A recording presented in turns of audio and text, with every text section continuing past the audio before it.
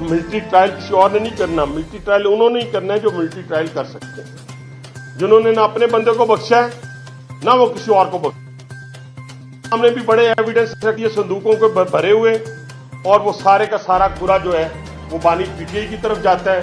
9 مئی ثانیہ بھی ہے، اور اس کے علاوہ بہت ساری چیزیں، 9 مئی کے علاوہ بہت ساری چیزیں اپروور جو ہے 10 سے 14۔ میں تو اتنی بات کروں گا، ذرا تھوڑا سا بڑھ گیا ہوں جو D G I S P R نے کی ہے، کیونکہ میں ان سے بڑھ کے تو نہیں بتا سکتا کہ کیا کیا ہوا ہے، لیکن جو میری انفارمیشن ہے وہ یہ ہے کہ 8 سے 10 اپروور تیار ہو چکی ہیں، جو بانی پی ٹی آئی کے متعلق یہ بیان دیں گی کہ انہوں نے کس کس شخص کے ساتھ، کوئی حاضر ڈیوٹی تھا، کوئی ریٹائرڈ تھا، اس کے ساتھ مل کر انسٹیٹیوشن پر حملہ آور ہوئے، دفاعی انسٹالیشن کے اوپر، ریڈیو پاکستان کے اوپر، ان جگہوں کے حملہ آور ہونے والے کون کون شخص کہاں کہاں بیٹھ کے پلاننگ کرتا گیا ہے، یہ انشاءاللہ چند دنوں میں پوری قوم کے سامنے آئے گا۔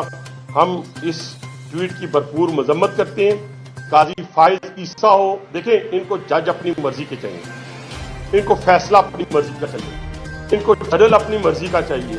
جنرل عاصم منیر کے خلاف جب ان کو خدشہ ہوا یا یہ پیدا ہوا کہ وہ چیف بن جائیں گے، تو آپ نے دیکھا ہوگا کہ راولپنڈی کے اندر دھرنا دیا گیا، راولپنڈی کے اندر دھرنا دیا۔ قاضی فائز عیسیٰ کا جب ان کو معلوم ہوا کہ یہ چیف جسٹس اس کے خلاف ریفرنس لے کر آ گئے، یہ عامر فاروق کے خلاف ہو گئے، ان کو وہ جج چاہیے جو ان کے حق میں فیصلہ دے، ان کو چیف الیکشن کمیشن وہ چاہیے جو ان کو الیکشن جتوا دے، اور ان کو آرمی چیف وہ چاہیے جو ابو کی طرح ان کے ساتھ بیہیو کریں۔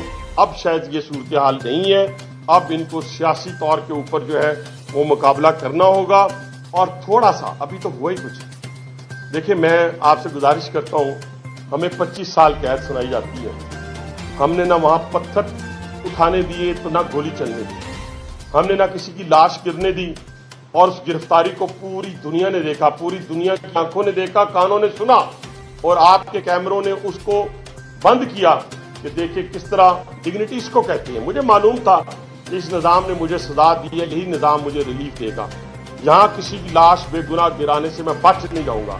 اور 25 سال قید لے کر حوصلے کے ساتھ اللہ تعالیٰ نے ڈگنیٹی کے ساتھ اور زندان میں چلا گیا، اور اسی نظام نے پھر مجھے ریلیف دیا۔ میں اپریل 2019 میں باہر آیا۔ اسی طرح وزیر اعلیٰ شہباز شریف جب تھے، جب ان کے ساتھ یہ ہوا، انہوں نے بھی اسی نظام سے ریلیف لیا، نواز شریف صاحب نے اسی نظام سے ریلیف لیا، اور کبھی یہ نہیں کہا کہ اس پاکستان کو خدا نہ خواستہ میرے منہ میں خاک یہ تباہ و برباد ہو جائے۔ لیکن میرے پاکستانی قوم، یہ آپ ذہن میں رکھیں کہ لوگوں نے اقتدار کی خاطر یہ طے کر لیا ہے کہ دشمن سے اربوں روپے لیں گے، اربوں ڈالر لیں گے، پاکستان کو کمزور کریں گے۔ انشاءاللہ پاکستان کی بنیاد پہ بنا تھا، میں اب ساری قوم کو کہوں گا اسی بنیاد پہ قائم رہ سکتا ہے، نہ سندھی کے ہونے کی بنیاد پہ، نہ پنجابی، نہ بلوچ اور نہ پختون کی بنیاد پر، لا الہ الا اللہ محمد رسول اللہ کی بنیاد پر یہ بنا تھا، اور انشاءاللہ قائم اور دائم رہے گا۔ واقع سوانا کوئی سوال ہے؟ پاکستان کے بینیفیشری ہیں، آپ کے اوپر الزام ہے کہ آپ 47 کے تحت جیتے اور ہو گیا۔ ایک وزیر اعظم ہماری دہشت گردی کا شکار ہو گئی، لیکن ان کی پارٹیوں نے پاکستان کا برا نہیں چاہا، انہوں نے اپنی انسٹیٹیوشن کو گالی نہیں دی، انہوں نے اپنی فوج کو، اپنی عدلیہ کو گالی نہیں دی۔ آج دیکھیں کہ جس طریقے سے چیف آف آرمی اسٹاف کے اوپر اور چیف جسٹس کے اوپر اور ہائی کورٹ سے بھی، اب اس نے سپریم کورٹ جانا ہے۔ دوسرا اگر جو بڑا اچھا سوال، جو دونوں اچھے ہیں، اور دوسرا سوال یہ ہے کہ آپ نے کہا کہ کیا کر رہے ہیں اس کے ثمرات۔ ابھی آپ دیکھیں کہ جو مہنگائی 36% پہ اس ڈیجٹ پہ آتی ہے، اس سے مزید انشاءاللہ تعالیٰ، میں یہ نہیں کہتا کہ دودھ کی نہریں بہنا شروع ہو گئی ہیں۔ جو بجلی کے بل ہیں اس کے اوپر، آئی پی پیز کے اوپر کس نے آواز اٹھائی؟ نیشنل اسمبلی کے اندر 3 دفعہ میں نے فلور آف دا ہاؤس بات کی ہے، اور انشاءاللہ وہ حل بھی نکالیں گے ہم۔ بجلی کے بل سستے بھی ہوں گے، گیس کے بل سستے بھی ہوں گے۔ جیسے مہنگائی آپ دیکھیں 9% پہ آئی ہے 2 مہینے کے اندر اندر، 2 مہینے کے اندر اندر 4 مرتبہ پیٹرول جو ہے وہ الحمدللہ 4تھی مرتبہ اب سستا ہونے جا رہا ہے۔ انشاءاللہ اللہ تعالیٰ کے ہاں امید ہے کہ وہ سستا ہوگا۔ میں 12 روپے تو چلایا ہے، تو 10 روپے ہو جائے گا، نہیں 8 روپے ہو جائے گا۔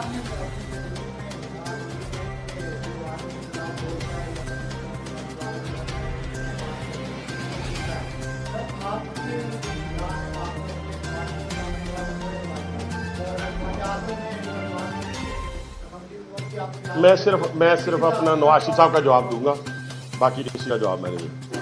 میں نواز شریف صاحب کا جواب یہ دوں گا, انڈیویجول ہر جگہ موجود ہیں. انڈیویجول کو کچھ کہنا, اب دیکھیں یہ اگر آپ ملائیں, انہوں نے باجوہ کا نام لیا اور دوسرا جنرل فیض کا نام لیا, دو بندوں کا نام لیا. انہوں نے شہداء کے مجسموں کو نہیں توڑنے کے لیے کہا, انہوں نے جی ایچ کیو پہ حملہ آور ہونے کے لیے مجھے نہیں کہا, انہوں نے حمزہ کیمپ پہ حملہ آور ہونے کے لیے مجھے نہیں کہا, انہوں نے جہاز کو آگ لگانے کے لیے مجھے نہیں کہا, کور کمانڈر ہاؤس کو آگ لگانے کے لیے مجھے نہیں کہا. انڈیویجول ہر جگہ کے اوپر اچھے اور برے ہوں گے, میں نے کسی کو مقدس گائے قرار نہیں دیا. لیکن ایز اے انسٹیٹیوشن یہ بڑا آسان ہے کہ ہم ان کو گالیاں دے دیں جن کی وجہ سے آج رات کو ہم سوتے ہیں تو چین کی نیند سوتے ہیں, ورنہ یقین مانیں اس طرح بکھیر کے اگلا لے جائے گا تو پھر ہم منہ تکتے رہ جائیں گے. تو اس لیے میاں نواز شریف کا انڈیویجول کے اوپر تنقید جو ہے وہ بنتی ہے, بنی, اور وہ آپ پوری قوم نے پھر ثابت کہ جو انہوں نے کہا وہ سچ تھا. کتنے اعتماد ہے کہ آئینی ترمیموں جو آتی ہے تو آپ کے پاس؟ اچھا, آپ کو شاید معلوم ہے ڈے ون سے میں تو پر امید رہا ہوں, کبھی میں نے تردید نہیں کی کہ ہمارے پاس پورے نہیں, ٹھیک ہے.